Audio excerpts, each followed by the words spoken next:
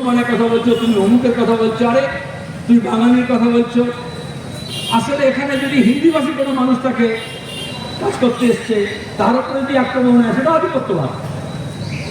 তাহলে ধর্মের নামে, ভাষার নামে, খোরাকের নামে, পোশাকের নামে ভাগের বিরুদ্ধে। এই জন্য এরা একসঙ্গে মিলে বলেছিল লাল হাটাও। তাহলে লালটা হটলে মানুষকে ভাগ করে দেবে। লাল ঝান্ডার শক্তি আলাদা কিছু না। মানুষ যখন ঐক্যবদ্ধ হয়, সংঘবদ্ধ হয়, তখন লাল ঝান্ডা নিয়ে পথে নামে। এই যে 25 কোটি মানুষ ধর্মঘট করলো, গোটা দেশ জুড়ে 9 জুলাই, সব কে বিহারি, কে বাঙালি, কে হরিয়াণী, কে জম্মু, কে কাশ্মীর আলাদা হয়নি।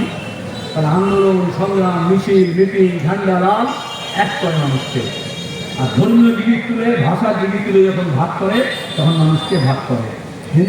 আমরা বলি मंदिर मस्जिद गुरुद्वारों में, मंदिर मस्जिद गुरुद्वारों में बांट दिया भगवान को। धरती बांटी, सागर बांटा, मत बांटो इंसान को। তাহলে ধর্মের নামে, মন্দির মসজিদ গির্জার নামে ভাগ করেছে তুমি ভগবানকে, কিন্তু অন্তত মানুষকে এত ভাগ না করো। তার জন্য আমাদের লড়াই, সে লড়াই আপনার সামিল হবেন। ধন্যবাদ। ইনকলাব জিন্দাবাদ।